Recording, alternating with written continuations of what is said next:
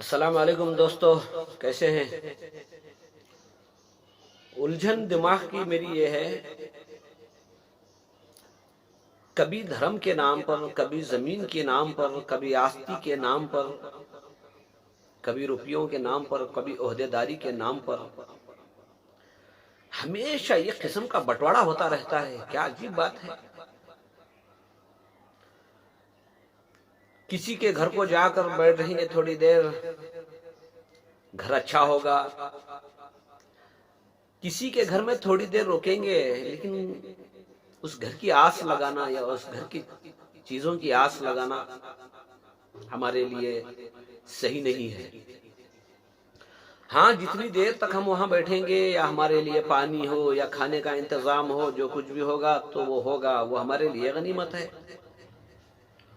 کسی کا گھر ہے، کسی کے گھر میں جا کر تھوڑی دیر بیٹھ گئے ہیں، کچھ انتظام ہمارے لیے ہو جائے تو ہمارے لیے غنیمت ہے، لیکن وہ گھر ہمارا نہیں ہے۔ ہم مہمان ہیں کسی کے گھر، نہ وہ گھر کی چیزیں ہماری ہیں، نہ وہ گھر ہمارا ہے۔ ہم مہمان کی طرح اس دنیا میں بھی آئے ہیں میرے بھائیوں، ہم مہمان کی طرح اس دنیا میں آئے ہیں۔ نہ زمین ہماری ہے، نہ آسمان ہمارا ہے، نہ یہ زمین پر بسنے والی چیزیں ہماری ہیں۔ جو مل جائے وہ غنیمت ہے، جو نہ ملے وہ ہمارا نہیں ہے۔ بھائی بھائی بھی کبھی زمین کے لیے لڑتے ہیں، پیسوں کے لیے، عہدے داری کے لیے۔ اسلام کے اندر بھی کچھ لوگ فرقے بازی میں لڑتے ہیں، اور عام انسانوں کے اندر جو دھرم کے نام پر بھی کچھ لوگ لڑتے ہیں، صحیح نہیں ہے۔ کیوں؟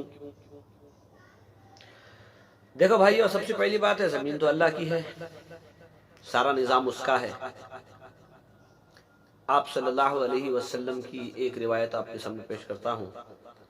ایک شخص آیا نبی کریم صلی اللہ علیہ وسلم کے پاس، کہنے لگا میں لٹ گیا، میں برباد ہو گیا۔ آپ صلی اللہ علیہ وسلم نے اس سے پوچھا کہ بتاؤ کیا ہوا؟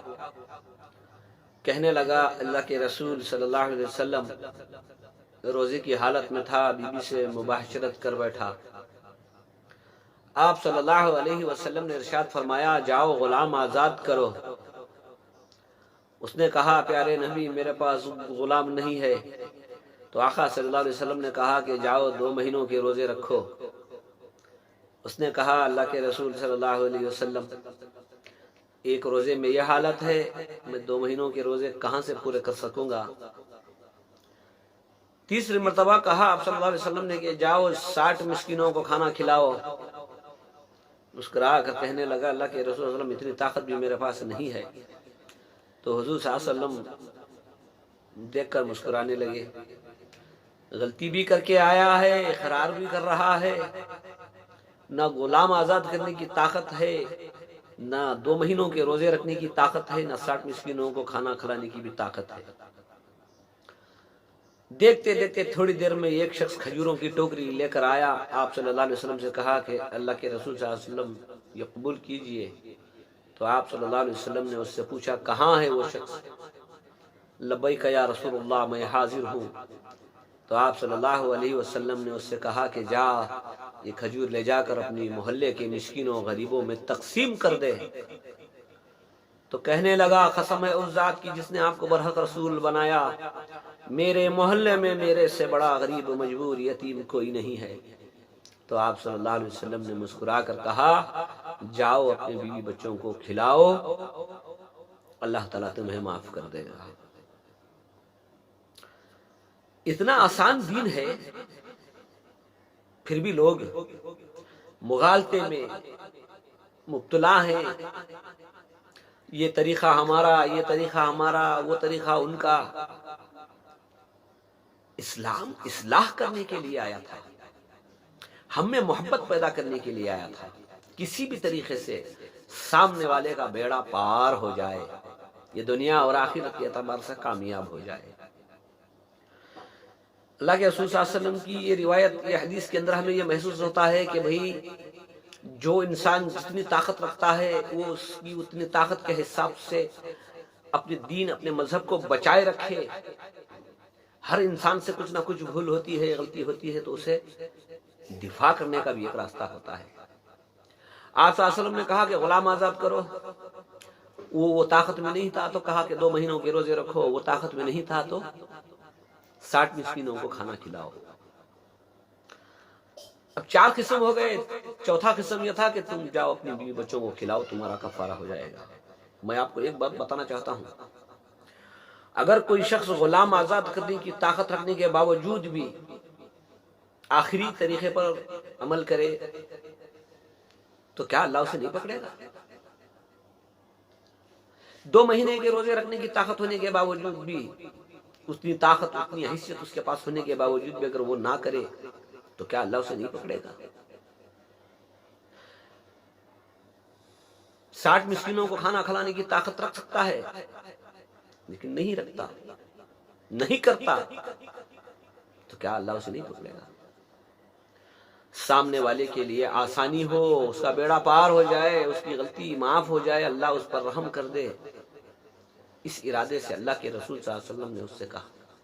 لیکن آج ہم لوگوں نے ہر ایک بات کو لے کر ایک گروہ ہم نے بنا لیا، ہمارے میں ایسا ہے، تمہارے میں ویسا ہے، ہمارے میں ایسا ہے، تمہارے میں ایسا ہے۔ دین کا بٹوارا کر رہے ہیں، نہیں ہم یہی کریں گے تو دوسرے کہیں گے کہ ہم اسے نہیں مانیں گے، اسے کریں، کیونکہ 4 باتوں کو بھی اللہ کے رسول صلی اللہ علیہ وسلم نے فرمایا، 4 باتیں بھی پیارے نبی صلی اللہ علیہ وسلم نے فرمائی تھی تاکہ اس کے لیے آسانی ہو سکے۔ اب ان 4 باتوں کو الگ الگ گروہوں نے کیا کر لیا، نہیں ہم یہ کریں گے، ہم اسے نہیں مانتے، ہم اسے نہیں مانتے۔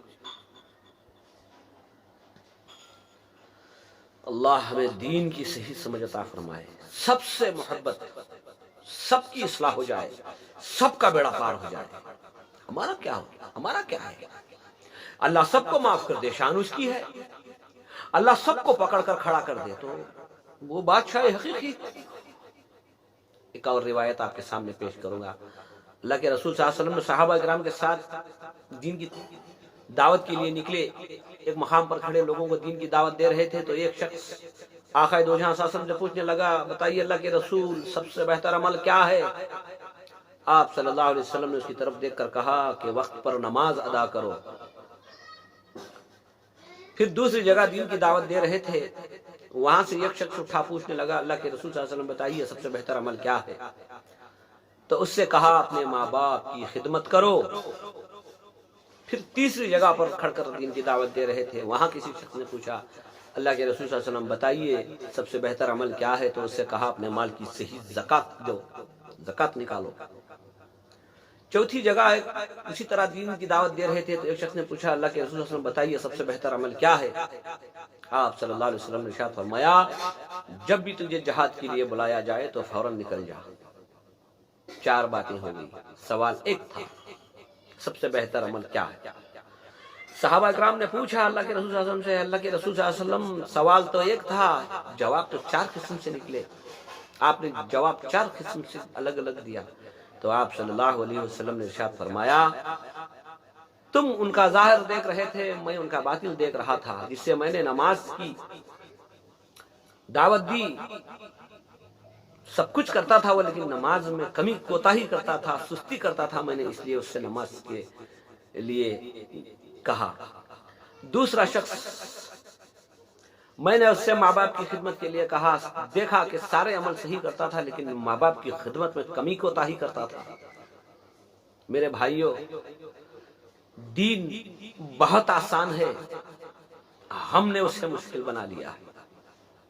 تیسری جگہ کسی کو کہا کہ تو اپنے مال کی زکات دے، اسے دیکھ رہے تھے سارے عمل صحیح کرتا تھا لیکن زکات دینے میں بخیلی کرتا تھا اپنے مال کی۔ چوتھی جگہ جسے جہاد کا کہا، سارے عمل صحیح کرتا تھا لیکن جہاد میں جانے سے چھپتا تھا۔ تو میرے بھائیوں، حضور صلی اللہ علیہ وسلم نے سوال ایک تھا لیکن مختلف 4 جوابات دیے تاکہ لوگوں کے اندر اصلاح ہو جائے، جو کمی ان کے اندر ہے وہ کمی دور ہو جائے، جو خوبی ان میں نہیں ہے وہ خوبی آ جائے۔ آج ہم نے کیا کیا؟ ایک ایک طریقے کو لے کر ایک ایک گروہ بن گیا۔ نہیں، حضور صلی اللہ علیہ وسلم نے کہا تھا کہ نماز، ایک گروہ نے نماز کو پکڑ لیا، ایک گروہ نے زکات کو پکڑ لیا، ایک گروہ نے ماں باپ کی خدمت کو، ایک گروہ نے جہاد کو پکڑ لیا۔ چاروں چاروں جوابات کے مقصد ایک تھے کہ بھی جس کے اندر جو کمی ہے وہ پوری ہو جائے. اس کا مطلب یہ نہیں ہے کہ تم اس سے نفرت کرو اسے چھوڑ دو، اس سے نفرت کرو اسے چھوڑ دو، تم دین کا بٹوارا کر لو. اس کا مقصد یہ نہیں تھا. کسی بھی طریقے سے سامنے والے کی اصلاح ہو جائے، سامنے والے کو راستہ مل جائے، سامنے والے کی آخرت سنور جائے. میرے بھائیو، میں اتنا پڑھا لکھا بھی نہیں ہوں، کیوں مجھے ایک تکلیف ہوتی ہے ہر چیز میں بٹوارا. کبھی زمین کے نام پر بھائی بھائی لڑ بیٹھتے ہیں، کبھی آستی کے نام پر بہنیں بھائی لڑ بیٹھتے ہیں، کبھی سیاست کے معاملے میں، کبھی کرسی کے معاملے میں، کبھی عہدیداری کے معاملے میں لوگ جھوٹ کا سہارا، رشوت کا سہارا، اپنے بھائی سے بدلہ لینے کے لیے غیروں کے سامنے جا کر رشوت دے کر جھوٹ بولتے ہیں. کیا مطلب ہے اس کا؟ کیا کرنا چاہتے ہو؟ ہم کیا کر رہے ہیں؟ ہمیں بھیجا گیا کس لیے ہے؟ ہم آئے کس لیے ہیں؟ مہمان ہیں ہم، کسی کے گھر میں مہمان ہیں. کوئی چیز ہماری نہیں ہے، جتنی دیر تک بیٹھیں گے استعمال کریں گے بس چلے جائیں گے. یہ دنیا بھی تو وہی ہے. ہم آئے ہیں دنیا میں مسافر کی طرح. ہم مسافر کی طرح رہیں گے، ہم مہمان کی طرح رہیں گے. نہ زمین ہماری ہے، نہ ہوا، کچھ بھی ہمارا نہیں ہے. جتنا استعمال کر لیا ہے وہ ہمارا ہے، پیچھے بچا ہوا وہ وارثوں کا ہے. ہمیں تو جانا ہے. کسی کو نفرت کی نگاہ سے نہ دیکھو. ایک ڈاکٹر کیا کرتا ہے؟ انسان کے اندر چھپی ہوئی جو بیماری ہوتی ہے وہ بیماری سے نفرت، اس سے لڑتا ہے، اس سے جنگ کرتا ہے اور وہ بیماری کو نکالنے کی کوشش کرتا ہے. وہ پیشنٹ سے نفرت نہیں کرتا. ہم بھی یہی کرنا ہے. کسی انسان سے نفرت نہیں کرنی ہے. انسان کے اندر اگر کوئی برائی ہے تو کوشش کرو کہ وہ برائی چھوڑ دے، کوشش کرو کہ وہ غلطی چھوڑ دے. تم انسان ہی سے دور ہو جاؤ گے. ایک بیمار ہے، اگر ڈاکٹر بیمار سے دور ہو جائے گا تو بیماری کیسے نکلے گی؟ ڈاکٹر بیماری کے پاس جائے گا، اس کے جسم کو کاٹے گا، اس کے اندر سے وہ بیماری کو نکالے گا. تو میرے بھائیو، ہمارا بھی یہی کام ہے. جو برا ہے اس سے دور نہیں ہونا ہے، اس کے قریب ہونا ہے. اپنے اخلاق کے ساتھ اللہ کا دیا ہوا جو علم ہے، جو حکمت ہے، اسے لے کر اس کے سامنے جائیں گے، اس کے پاس جائیں گے، یا اس سے صحبت اختیار کریں گے یا اس سے دوستی کریں گے. تب اس کے اندر سے برائی نکالنے کی ہم کوشش کریں گے. نکالنے والا تو صرف اللہ ہی ہے. بس ہماری کوششوں کو اللہ دیکھ رہا ہے. ہر چیز میں بٹوارا نہیں ہے. زندگی میں کیسا بھی موقع آ جائے میرے بھائیو، جھوٹ کا سہارا نہ لو. میرے بھائیو، جھوٹ کا سہارا نہ. جھوٹ زہر ہے، انسان کی نیکیوں کو بھی ختم کرے گا اور اس کی عزت کو بھی ختم کرے گا. جھوٹ کا جب پردہ فاش ہوگا تو لوگوں کی نظروں میں تو پہلے گر جاؤ گے، اس کے بعد اللہ سبحانہ و تعالیٰ کی نظر میں بھی گر جاؤ گے. جھوٹ کا سہارا نہ لو. کتنا بھی اچھا کام تمہیں کوئی دے دے، لیکن رشوت کا سہارا بھی نہ لو. مدد مانگو اللہ سے، مل جائے تو بڑی فضل ہے، نہ ملے تو مقدر ہے. بٹوارا کرنے والے، یا وہ راجنیتی کے معاملے میں ہو، یا وہ دین کے معاملے میں ہو، یا وہ گھر کے معاملے میں ہو، ذرا سوچ کر دیکھو میرے بھائیو، یہ کام کیا ہمیں آپس میں ملائے گا یا ہمیں دور کرے گا؟ ہم نے اکثر دیکھا ہے بھائی بھائی بھی زمین کے لیے لڑتے ہیں. بہت لمبی بات ہو چکی میرے بھائیو. اللہ سے دعا کرو اللہ تعالیٰ ہم تمام کو بھی آنے کا جو مقصد ہے وہ سمجھ میں آ جائے، اور جس جگہ پر ہمیں جانا ہے اس کی تیاری میں وقت کو، مال کو کھپانے کی توفیق عطا فرمائے. کسی کو نفرت کی نگاہ سے نہ دیکھنا، محبت کے ساتھ دیکھنا اور ہر ایک کے ساتھ اچھا سلوک کرنا، یہی ہمارا مقصد ہے. اللہ تعالیٰ ہم تمام کو بھی دین و دنیا کے اعتبار سے کامیابی عطا فرمائے. السلام علیکم رحمۃ اللہ وبرکاتہ.